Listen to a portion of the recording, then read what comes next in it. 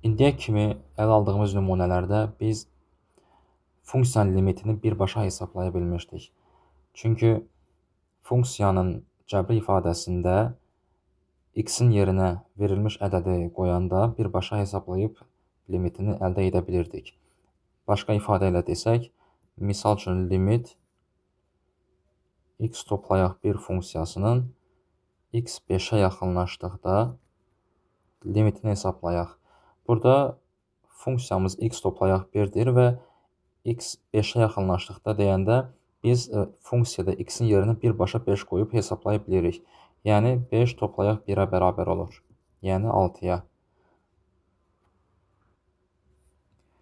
Fx bərabərdir x toplayaq 1 funksiyası x bərabərdir 5 nöqtəsində təyin olunduğu üçün biz birbaşa x-in yerinə, yəni arqumentə 5 qoyub funksiyanın qiymətini hesablaya bildik. Ona görə də limit 6-ya bərabər oldu. Ancaq çox vaxtı biz belə asan nümunələrlə qarşılaşmayacağıq. Bir çox nümunədə biz görəcəyik ki, funksiya həmin x-in yaxınlaşdığı nöqtədə təyin olunmayıb və bu halda biz artıq başqa üsullara əl atacağıq. Misal üçün, belə bir nümunə götürək. Limit x 0-a yaxınlaşdıqda 1 bölünsün x funksiyasının deməli limitini hesablayaq. Biz fikir veririk ki, əgər biz birbaşa x-in yerinə 0 versək, 1 bölünsün 0 kimi bir ifadə əldə edərik və ümumiyyətlə ədədi 0-a bölmək mümkün olmadığı üçün də bunun limitini birbaşa hesablamaq mümkün olmur. Bu kimi hallarda biz funksiyanın, yəni bizim indiki funksiyamız 1 bölünsün x funksiyasıdır. Bu funksiyanın x bərabərdir 0 nöqtəsinin tam solunda və sağında özünü necə apardığına baxarıq. Əgər biz funksiyanın x bərabərdir 0 nöqtəsinin solunda və sağında özünü necə apardığını başa düşə bilsək, biz tam olaraq x bərabərdir 0 nöqtəsində funksiyanın qiyməti haqqında bir fikir yürüdə bilərik. Baxmayaraq ki, biz həmin x bərabərdir 0 nöqtəsində funksiyanın qiymətini hesablaya bilmirik. Tutaq ki, bizə hər hansı bir fx funksiyası verilib və bizdən x bərabərdir ixtiyari bir a nöqtəsində funksiyanın limitini araşdırmaq tələb olunur.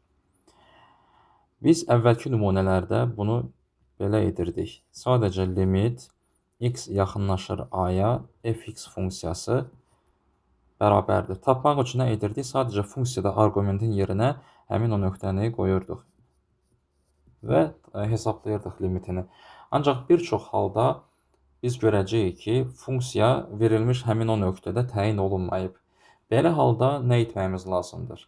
Öncəliklə onu qeyd etmək lazımdır ki, limit məfhumu bizdən funksiyanın konkret o verilmiş a nöqtəsində qiymətinin və yaxud da təyin olunub olmadığını tələb etmir. Limit məfhumu bizdən x o verilmiş a nöqtəsinə yaxınlaşanda funksiyanın qiyməti nəyə yaxınlaşdığını bizə göstərir sadəcə. Ona görə də əgər biz a nöqtəsinin sol və sağ tərəfindən yaxınlaşsaq a nöqtəsinə, biz funksiyanın qiymətinin hansı nöqtəyə yaxınlaşdığını tapa bilərik. Nəyi demək istəyirəm? Əgər belə bir qrafikdə göstərsək, bu bizim fx funksiyamız olsun və bizdən ixtiyari bir a nöqtəsi dedikdə, bu bizim a nöqtəmiz olsun. Yəni a nöqtəsində funksiyanın limitinin nəyə bərabər olduğunu biz araşdırırıq hal-hazırda. Bunun üçün əgər biz indi fərz edək ki, a nöqtəsində təyin olunmayıb, bunu belə ifadə edirəm. Yəni bu nöqtədə əgər funksiya təyin olunmayıbsa, biz a nöqtəsinin sol tərəfindən və sağ tərəfindən yaxınlaşaraq, a nöqtəsinə yaxınlaşaraq soldan və sağdan yaxınlaşaraq funksiyanın qiymətinin nəyə yaxınlaşdığını deməli araşdırırıq. Yəni soldan nəyə yaxınlaşır və sağdan nəyə yaxınlaşır, buna baxaraq biz. İndi əgər sol və sağ tərəfdən funksiyanın yaxınlaşdığı qiymət eyni olarsa, yəni mən bunu indi riyazi dildə yazıram. Birinci şərt, deməli, birinci şərt, əgər bizim fx funksiyası x a-ya yaxınlaşdıqda sol tərəfdən yaxınlaşdıqda bunu biz A-nın üstündə mənfi işarəsi ilə göstəririk. Əgər A nöqtəsinə biz sol tərəfdən yaxınlaşanda bunun hansısa deməli yaxınlaşdığı bir qiymət varsa funksiyanın mövcuddursa və ikinci şərt, əgər biz bu x nöqtəsinə sağ tərəfdən yaxınlaşırıqsa, yəni bunun üstündəki toplama işarəsi o deməkdir ki, biz x bərabərdir A nöqtəsinə sağdan yaxınlaşırıq f(x) funksiyası. Əgər bu da mövcuddursa və hər hansı bir ədədə bərabərdirsə və üçüncü şərt, əgər bu sol və sağ limitlər bir-birinə bərabər olarsa, limit x yaxınlaşır A-ya sol tərəfdən f(x) funksiyası əgər bərabərdirsə, limit x yaxınlaşır A-ya sağ tərəfdən f(x)-ə. Əgər bu üç şərt ödənərsə, ancaq bu halda biz deyirik ki, funksiya x bərabərdir A nöqtəsində limitə sahibdir. Yəni, bunu belə yazırıq ümumi şəkildə. Limit x A-ya yaxınlaşdıqda, baxın, burada artıq üstündə toplama və çıxma işarəsi qoymuruq. Sadəcə limit f(x) funksiyasının x A-ya yaxınlaşdıqda limiti, yəni mövcuddur deyirik. Hansı halda deyirik? Əgər bu 1, 2 və 3-cü şərtlər birlikdə ödənərsə. Gəlin, indi belə bir nümunəyə nəzər salaq. Tutaq ki, bizim belə bir funksiyamız var. f(x) bərabərdir 1 bölünsün x və bizdən x bərabərdir 0 nöqtəsində funksiyanın, bu verilmiş funksiyanın limiti soruşulur. Yəni, limit x yaxınlaşır 0-a 1 bölünsün x funksiyası soruşulur. Nəyə bərabərdir? Əgər biz indi bu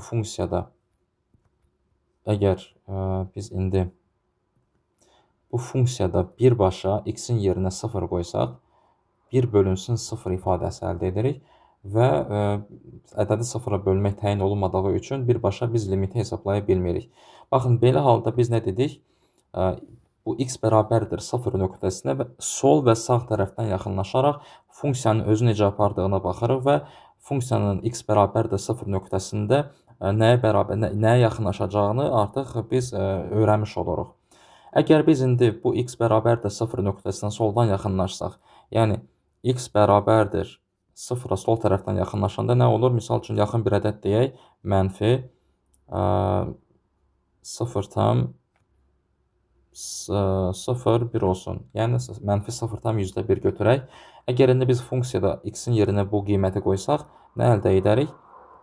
F mənfi 0,1 bərabərdir 1 bölünsün mənfi 0,1. Bu da nəyə bərabərdir?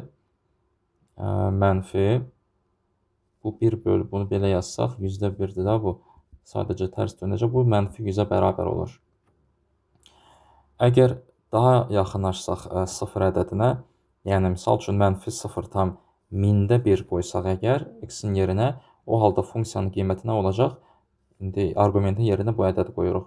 Mənfi 0,1000-1 bərabərdir 1 bölünsün mənfi 0,1000-1. Bu da bərabərdir.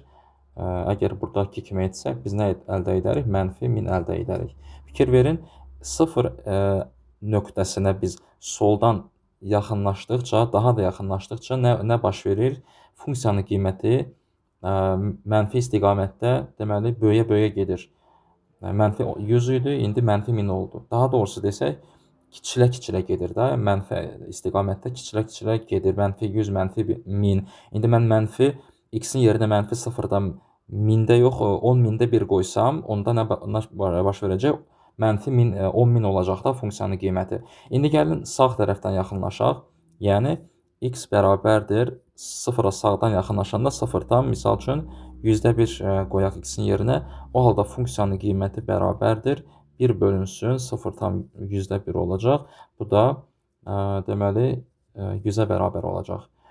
X-in yerinə biz əgər 0,1000-1 qoysaq, yəni 0-a daha da yaxınlaşsaq, sağ tərəfdən f 0,1000-1 bərabərdir. Burada 1 bölünsün 0,1000-1 olacaq, bərabərdir bu da 1000-ə. Yəni sıfıra biz əgər sağdan yaxınlaşsaq, get-gedə nə baş verir? Funksiyanın qiyməti daha da böyüyür. 100 idi, sonra 1000 oldu. Əgər davam etsək 10.000, 100.000 və belə arta-arta gedəcək. O deməkdir ki, əgər biz funksiyanın indi biz burada bunu gəlin silək.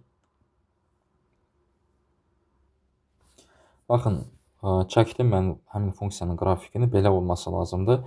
Əgər biz deməli x bərabərdir 0 nöqtəsindən soldan sağa doğru əgər hərəkət etsək, yaxınlaşsaq, fikir verin funksiyanın qrafiki getdikcə aşağı gedir. Yəni mənfi sonsuzluğa doğru hərəkət eləyir. Əgər biz funksiyaya x bərabərdir 0 nöqtəsini sağdan yaxınlaşsaq, fikir versəniz, funksiyanın qiyməti getdikcə böyüyə-böyüyə gedir. Yəni müsbət istiqamətdə müsbət sonsuzluğa doğru hərəkət eləyir. Bu o deməkdir ki, əgər biz indi bunu riyazi dildə yazsaq, limit 1 bölünsün x funksiyasının x sıfıra soldan yaxınlaşdıqda bərabərdir nəyə? Deməli, soldan yaxınlaşdıqda bizdə mənfi sonsuzluğa doğru getdi. Mənfi sonsuzluğa bərabər oldu. Və limit 1 bölünsün x funksiyasında x sıfıra sağdan yaxınlaşdıqda isə və yaxud da gördüyümüz kimi sağdan yaxınlaşanda müsbət sonsuzluğa bərabər oldu. Müsbət sonsuzluğa gedir. Və biz indi üçüncü şərtimiz nə idi? Sol və sağ limitlər bir-birinə bərabər olması lazım idi ki, bizim funksiyanın limiti mövcud olsun. Ancaq biz baxırıq ki, sol tərəfdən mənfi sonsuzluğa gedir, sağ tərəfdən isə müsbət sonsuzluğa gedir. Bu da o deməkdir ki, limit x yaxınlaşır sıfıra 1 bölünsün x funksiyası mövcud deyil. Yəni bunun limiti yoxdur. Bu funksiyanın x bərabərdir 0 nöqtəsində limiti yoxdur.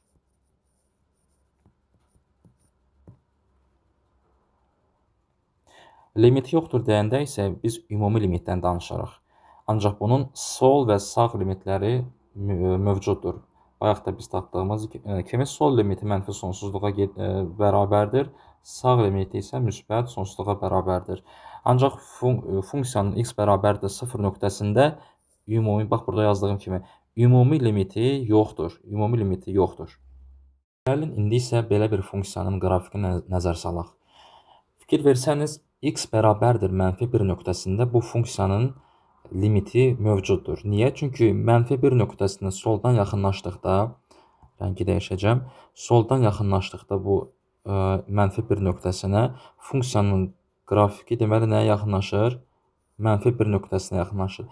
Eynən mənfi 1 nöqtəsinə sağdan yaxınlaşanda yenə bizim funksiyamızın deməli qiyməti 1-ə yaxınlaşır. Yəni soldan da sağdan da mənfi 1-ə yaxınlaşdıqda biz eyni 1 nöqtəsinə yaxınlaşmış oluruq. Ona görə də mənfi 1 nöqtəsində bu funksiyanın limiti mövcuddur və 1-ə bərabərdir.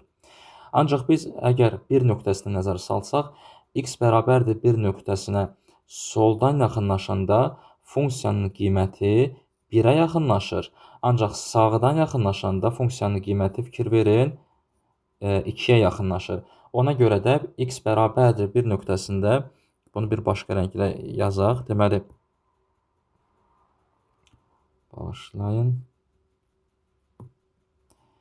Deməli, x bərabərdir 1 nöqtəsində limit x bərabərdir, x daha doğrusu 1 nöqtəsinə, x 1-ə gedəndə, soldan gedəndə 1-ə, hansı funksiyanın, indi fx funksiyası deyək buna, bərabərdir nəyə? 1-ə dedik də, 1-ə gedir çünki. Sağdan yaxınlaşanda isə 1 nöqtəsinə x yaxınlaşır belə sağ tərəfdən, fx funksiyasında. Funksiya nəyə yaxınlaşdı? 2 nöqtəsinə yaxınlaşdı. Sol və sağ limitləri bərabər olmadığı üçün biz deyirik ki, x bərabərdir 1 nöqtəsində bu funksiyanın limiti yoxdur. Ancaq mənfi 1 nöqtəsində limiti gördüyünüz kimi var. Çünki soldan yaxınlaşanda da, sağdan yaxınlaşanda da funksiyanın qiyməti 1-ə yaxınlaşdı. Deməli, limit fx funksiyasının x mənfi 1 nöqtəsinə yaxınlaşanda funksiyanın limiti nəyə? 1-ə bərabərdir. Yəni, x bərabərdir 1 nöqtəsində bu funksiyanın ümumi limiti yoxdur, mövcud deyil. Ancaq x bərabərdir mənfi 1 nöqtəsində bu funksiyanın ümumi limiti mövcuddur.